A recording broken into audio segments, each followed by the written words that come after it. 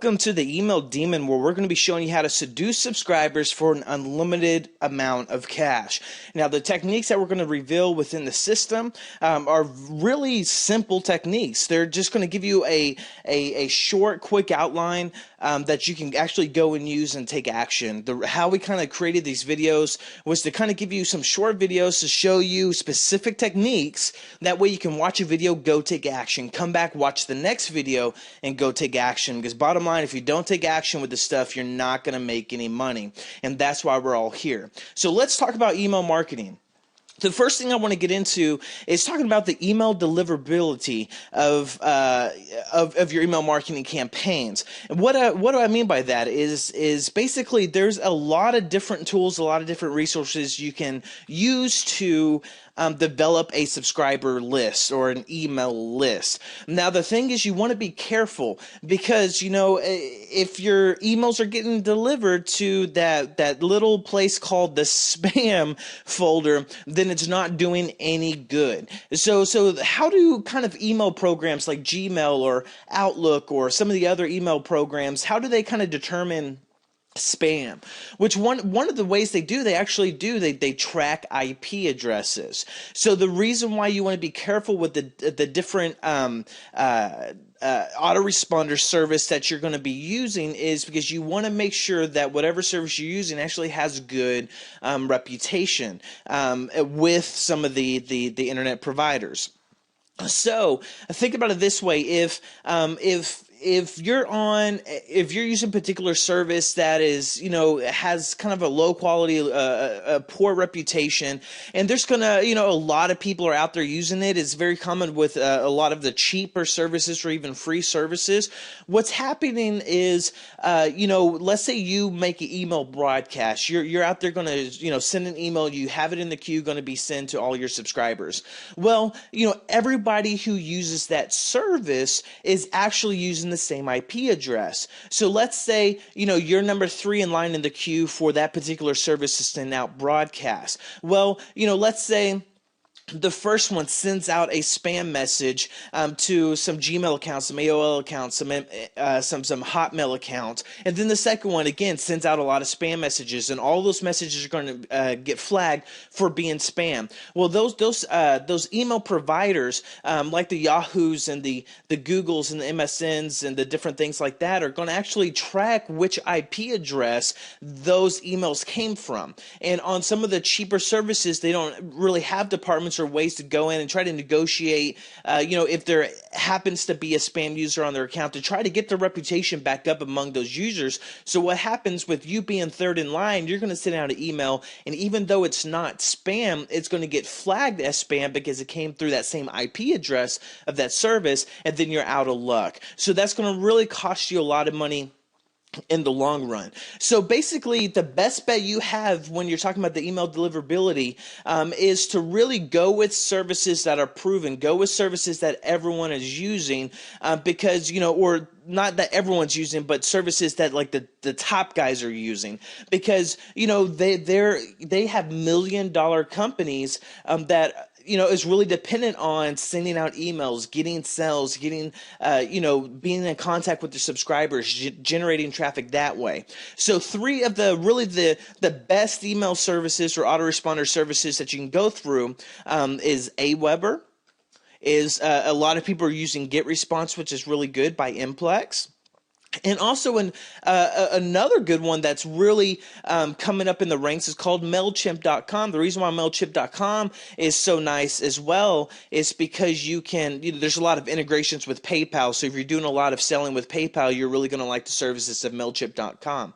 So the reason why you want to try to kind of stick within these 3 services is because they actually have dedicated departments that go out there and try to always increase the reputation among other email providers. So if, you know, let's say if somebody on Aweber does, you know, engages some spam activity, well, Aweber has a lot of built-in spam filtering, which usually catches it a lot. But if they don't, if Aweber itself has a problem with emails getting sent to spam with, let's say, Gmail and Yahoo and different things like that, they actually go out there and try to make it right with those providers. So that's the reason why you want to stick with, you know, kind of like these 3, just because these these are, in my opinion, the ones that I found work the best and kind of ensure that the emails always get delivered to the inbox and not to the spam filter.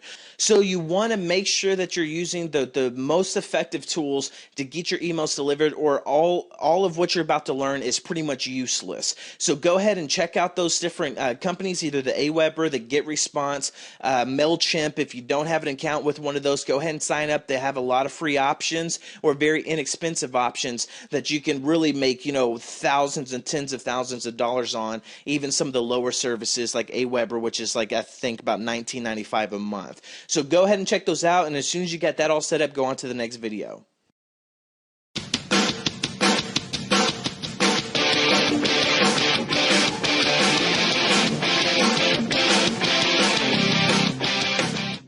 Okay, in this video, we're going to talk about how to turn your list into buyers. Because bottom line, it doesn't matter how many people you have on your list, or even the size of your list. If those people aren't buying, then it's not a good list.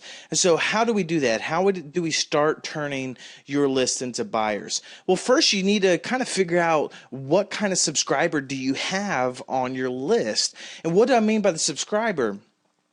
Are they a paid subscriber, or are they a newsletter subscriber? The reason why this is important, because it really is two different mindsets. You have the newsletter subscriber who usually signed up because they want information. They want either updates to your blog, or they want some type of free information. They're not really in the mindset of buying because they didn't buy anything to get on the list. A paid subscriber is somebody who did exactly just that. They just paid to get on the list. This could be either through a product sale, or even through a $1 offer. It doesn't have to be a lot that they paid, but they just paid something to get on the list.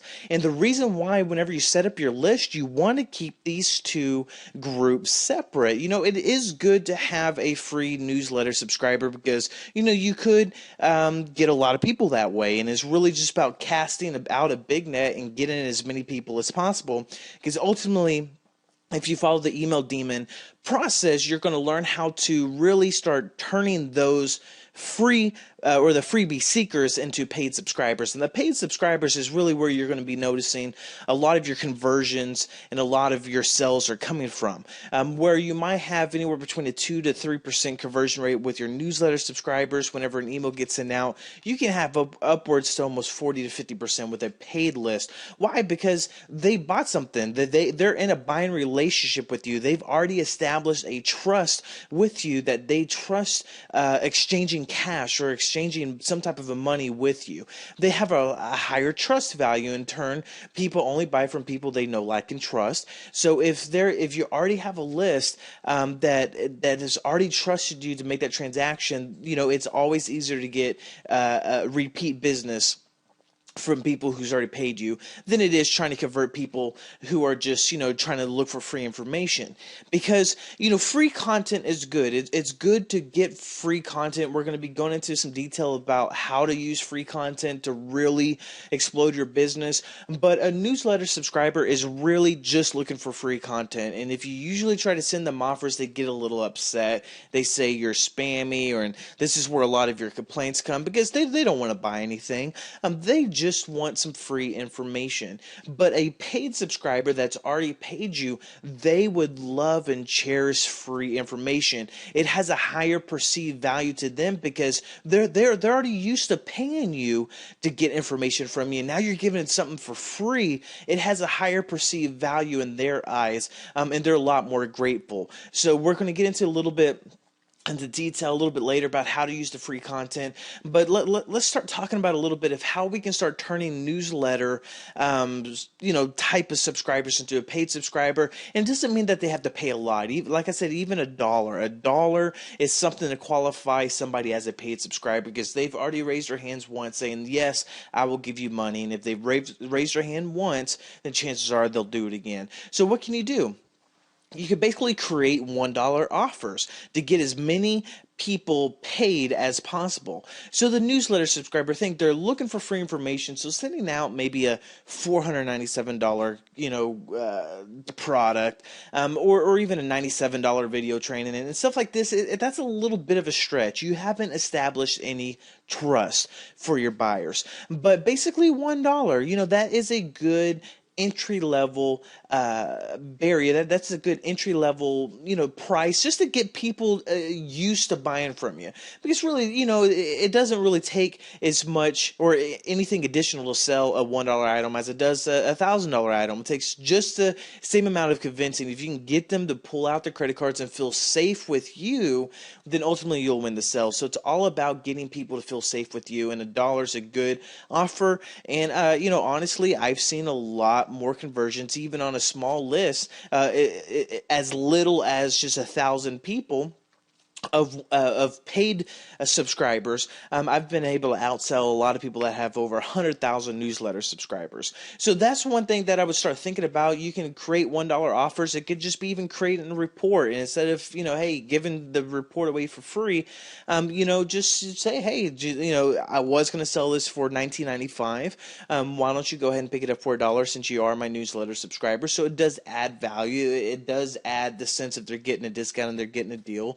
That will help the conversions, but ultimately you're just trying to filter in as many people to the paid subscriber status. So newsletter subscriber is still a good thing to have, because you're just casting that big net.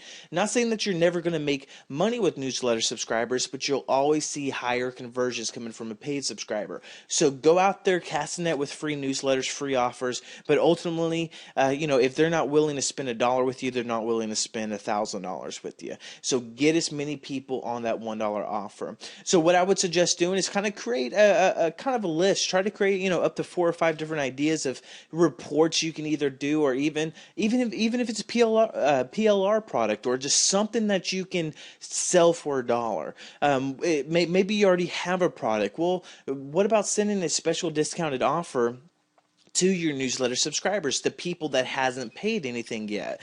It'll be worth, yes, taking the hit in the short term, just to start building that buyer relationship, that buyer's trust with them. So start creating your kind of your offers of your $1 offer, and then go on to the next video as soon as you got kind of a list, probably about 4 or 5 different types of offers you can give to them, because not all offers are going to convert with all people. So that's the reason why we suggest kind of getting a list of about 4 or 5. But as soon as you got that list, then go on to the next video.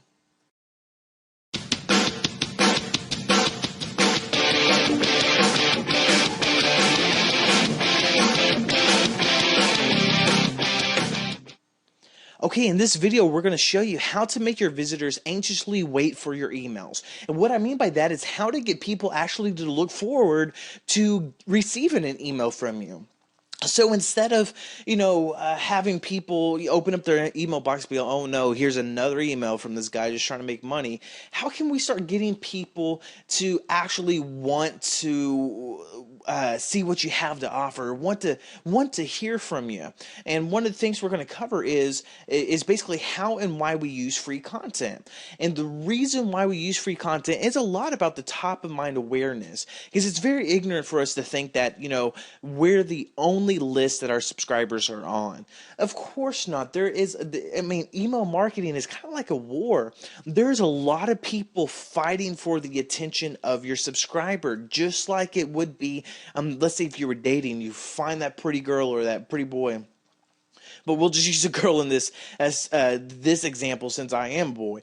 But you find that pretty girl, and you want to, you're interested. You want her to take interest in you. But at the same time, there's a lot of competition. There's other guys trying to go after her. So you need to wind up setting yourself apart in her eyes. And how do you do that? You might send her some flowers. You might send her a gift, or send her a couple of things. And that's really not necessarily to get anything out of it. It's just just that way, she takes the flowers home, and then whenever she's at home during the week when she can't see you, she's thinking about you. Every single time she sees flowers, she starts thinking about you and how much she can't wait to be with you. That's why whenever she sees you, it makes that experience all that much more worthwhile versus just being like one of the other guys out there just trying to, just trying to get something out of it. Let's just leave it like that. So what? How does that relate to email marketing? Well, bottom line, we do need to make money with our email marketing efforts. I mean, that's the reason why we're all online. I mean, this is hopefully more than a little bit of a hobby for you, but you have to make money, to put food on your children's table, just like me, to make that better life, to pay the bills. You have to make money, so you need to, send offers every once in a while. But those offers, to kind of think about it in a dating terms, is that is your date. That's your physical connection. That's the time where you get somebody to open up to you and basically hand over a pile of cash. So, but the thing is, the reason why we use free content, it's kind of like sending a flower or sending a note or leaving a letter. It's just something to kind of keep our subscribers, even though we're not there. It just kind of keeps them fresh in in their mind. It kind of says, hey, that's, I remember, man, they've been sending out a lot of free content, man, this is great. So by the time you get around to actually sending the offer, they're actually grateful. They want to show appreciation of things. I know it sounds a little cheesy, but it works. Believe me, I'm like that. I actually judge a lot of the lists that I'm on by, hey, they're sending out some offers. Well, when's the last time I can remember that they've actually sent something where they weren't asking me just to buy something all the time? When's the last time? And usually if I can't think of a recent time where they sent me something, I usually unsubscribe. So that's why we use free content. It's just to really kind of keep us fresh in the minds of our subscribers. That's what sets it apart. So when all the other people are out there just trying to get them to buy something and annoying them, they're really going to take notice to the people who are sending out the free content. And then by the time whenever that person sends an offer, chances are they're going to get a lot higher conversion rate. And I've said this, hundreds of times, that basically if you give away 90% of what you know, you'll get rich off of the final 10%. See, a lot of people try to give away 10% and save the 90% to, try to get people to buy it. But actually, if you reverse that, you're going to be making a lot more money. If you give away 90% of what you know, and you'll literally make a killing off of the final 10%. Why? Because you're developing that relationship. You're getting people to trust you. And, they're going to show their appreciation and want to buy from you. So basically, the final point before we close is, really don't focus on selling with your email marketing. Focus on making best friends. See, if all you do is treat your email subscribers whenever you create emails like they're your best friend and you just develop a relationship with them, then, the selling is going to handle itself. But if you go out there and do nothing but try to sell to them, you're going to ruin the relationship and you're going to wind up not making any money. So that's it for this video. As soon as you're ready, just go on to the next video.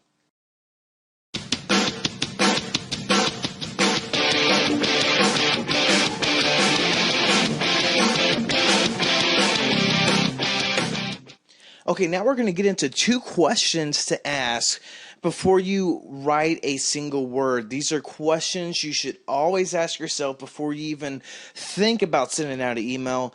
This will just ensure that you stay on topic, you stay focused, and you're getting maximum results. So the first one is, what is the benefit to the subscriber? What is really the primary motivation in this email? How is this email gonna benefit the subscriber? So what you're going to do, you're going to just either in a notepad or a piece of paper or whatever you use for your brainstorming, just write it down. Say, well, this is going to help the subscriber, quadruple income within X amount many days, or whatever it is. This is going to help the subscriber get a lot more Twitter followers, or whatever it is. You need to write down the benefit. Go in with the idea of saying, okay, this is how this particular product or whatever I'm offering is going to benefit the subscriber. Is it something free you're giving away? So the benefit would be the subscriber is going to learn how to do, how to quadruple the conversions rate in 30 days with this free report. Whatever the benefit is, write it down. The next question you're going to ask yourself is, what is the desired result? What is the result? What do you want the subscriber to honestly do? Are you trying to sell something? Are you trying to get them to follow you on Twitter? Are you wanting them to click through, go to your blog and subscribe to RSS feed? Are you wanting them to click on a link to download the PDF? What is the desired result? So you're going to first ask, what is the benefit to the subscriber? Why should I be sending this email out? And honestly, if you can't answer that question, if it's more or less about how it's going to benefit you, well, of course I'm going to send it out because I want to make money. Well, you can't think like that. You have to think okay, the subscribers there, how is this going to benefit them? Because they're going to be thinking, okay, what is this? What's in this for me? Why should I do whatever this email is telling me to do? And if it's really self-motivated on your end, then you shouldn't send out the email because you're going to do nothing but hurt your credibility.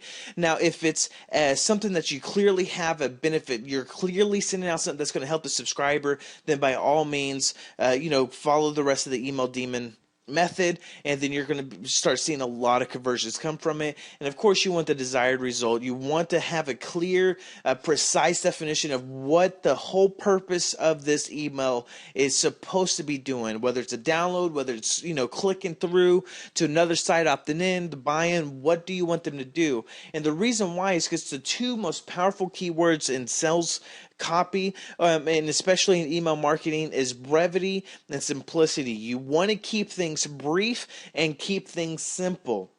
What I mean by that is you need to cut out the useless rambling, and you do that by keeping things simple. Don't use 100 words when 10 words would do. Keep things simple and brief, because now with everything else going on, especially in email marketing, you have less than a second to capture their attention before they might have 100 different emails they have to read. There's a lot of stuff going on. Phones are ringing. It's a busy environment in the mind of your subscribers. So you have to keep things brief, and you have to keep things simple, and staying focused and having a clear, concise outline of why the heck you're even sending this email is the best way to accomplish those things. So what you're going to want to do now is, because you kind of gathered a list of different offers, $1 offers that you could use to start turning your newsletter subscribers into paid subscribers. We'll start kind of putting action to these techniques and start asking yourself, okay, how is this really going to benefit the subscriber? Write it down. Okay, what is the desired result? Is it downloading something? Is it going through and paying for something? Write that down. And then, and focus your whole mindset, getting brevity and simplicity just ingrained in your mind.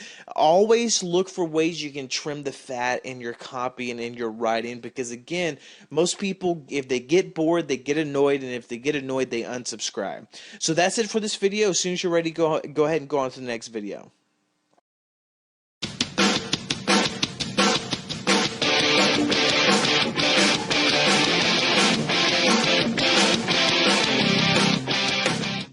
Okay, now that we got a good foundation laid for your email marketing efforts, let's go ahead and just jump in and start writing some emails.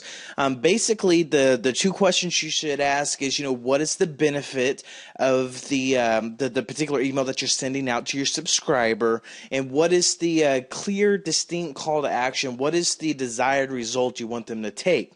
So without further ado, let's go ahead and jump in. Now, the subject I usually leave till the ending. I like to put that as kind of like the cherry on top, because I like to kind of tie that into the email. And a lot of times as I start to write the email, it changes from what I originally thought it was going to turn out to be. So I kind of just, leave the subject till the end, because I kind of like to play with a couple ideas. So let's just kind of jump right into the body.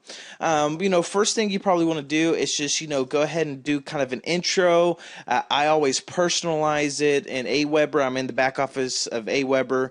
You just want to, kind of use their, if you go to the personalize tab, and then I always try to make sure to click on the personalize, and then click on the option like that. I know some people, they get in a habit of writing the emails. They try to go really fast. They might think that they get, this particular coding, which basically what it does is just imports the first name of the email database of the subscriber.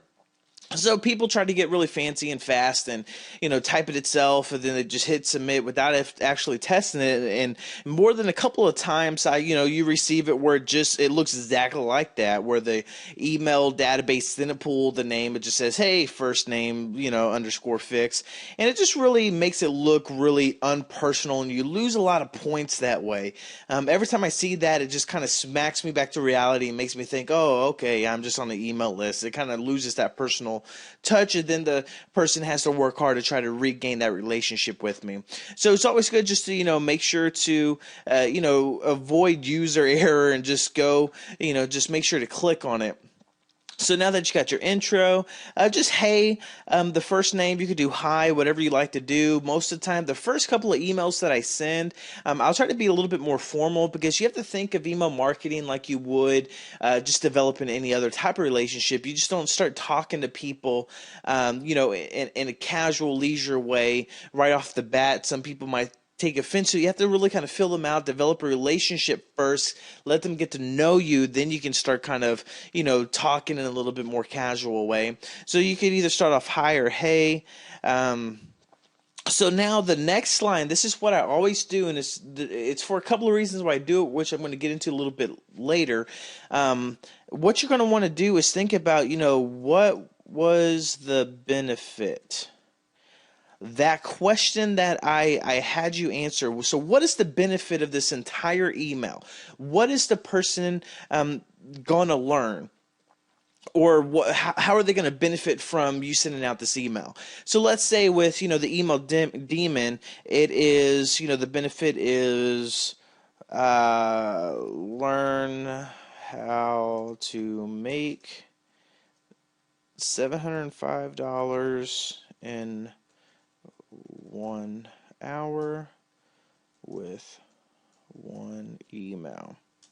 Okay, so that is the benefit. But let's look at it. It's more of a statement. It's more of a sales statement. It basically starts off kind of making you feel like you're being sold to. And plus, what I like to do, I really like to qualify and get the person to really start engaging into it. And the easiest thing is just to really ask questions. So you ask questions that are really close-ended. You ask questions that they can't say no or disagree with you about, but you just ask questions that kind of get them to engage into the email. So, you want them to engage into the sales activity without actually being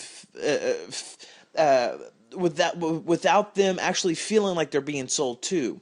And so ask them questions. So if this was the benefit, learn how to make $705 in 1 hour with one email. Let's make that into a question. So how would you like to learn, or we could just say, would you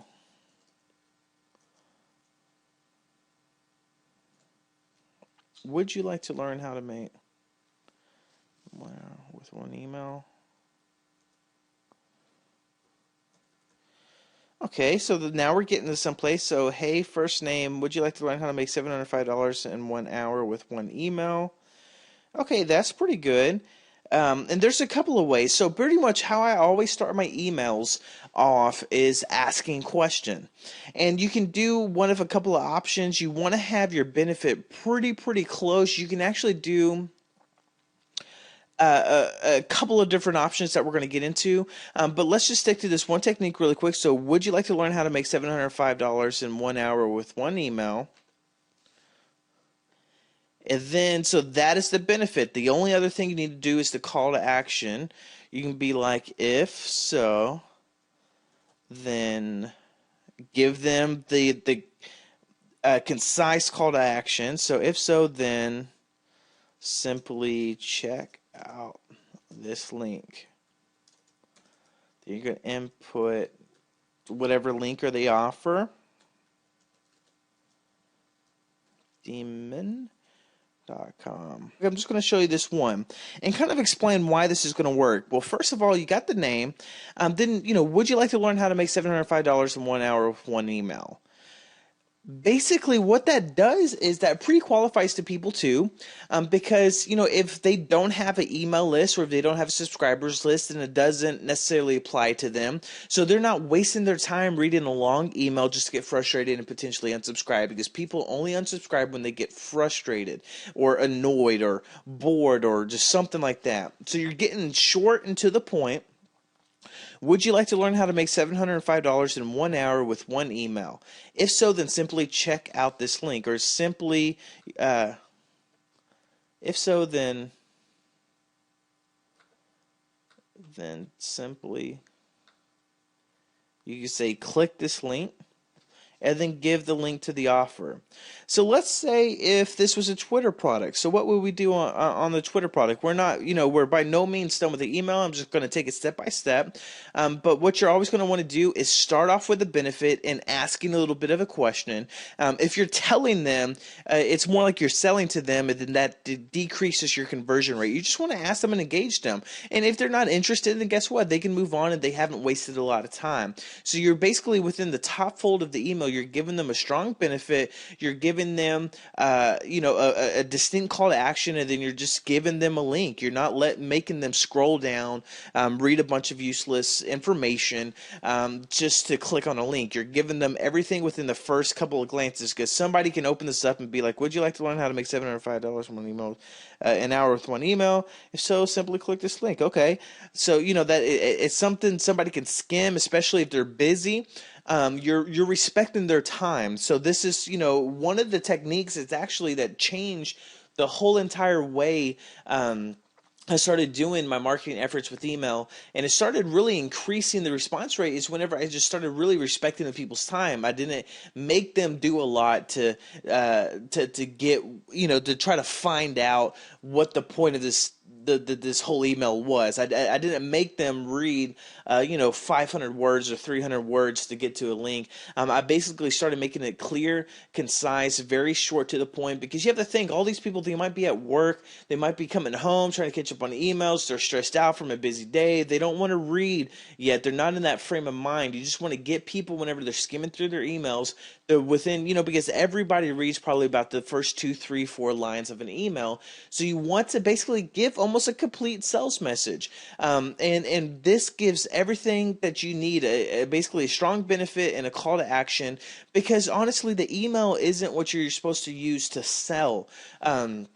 You're just basically supposed to get the curiosity and lead them to either a pre-sales page or an offer page, which we'll get into a little bit, further in some of the other videos. But the goal of the email isn't to sell. It's just to get people to the place to where, the site or whatever the offer is, and let the offer do what it's designed to do, and that is to convert the prospect. So that's what a lot of people try to do wrong. They try to make the email marketing efforts just everything. They try to, create an entire sales page within their emails. They try to, just do way too much with it. And the only thing you should ever do with your emails is to give them a couple of strong, compelling reasons why they should click a link, and then make the link go to a place where it's going to convert them into money. So this is basically what you want to do is, let's say if this was a Twitter product, be like,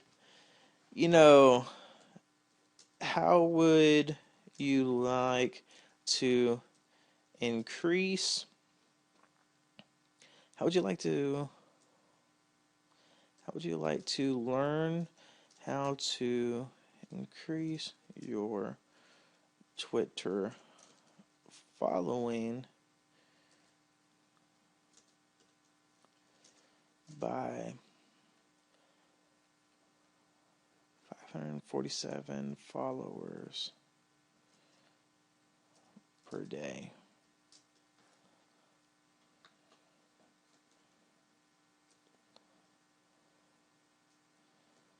If so, then check out this free report. Or whatever it is. It could be a free report that you give. It could be a paid report. Basically, you can be like, now that basically, how would you like to learn how to increase your Twitter following by 546 followers per day, or 546 followers within 24 hours? Then if so, then simply click on this link. So again, you're given what is the benefit of this email. The benefit of this email is going to be like, how would you like to do something? How is this email going to make your life better?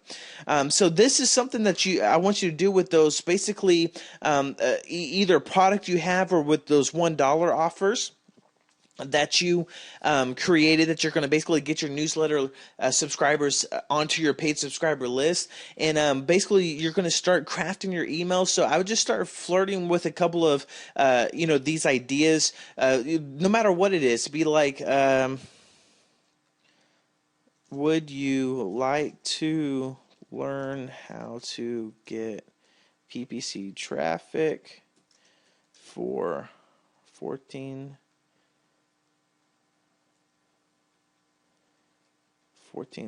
cents a click? If so, then simply click on this link. So you're saying, I mean, honestly, you can almost make a very powerful campaign just sending out different offers like this. Be like, would you like this? If so, you're pre-qualifying the people by stating the benefit. You're saying, well, if you're interested in PPC traffic, then go ahead and click on this link. So you're only getting people that are already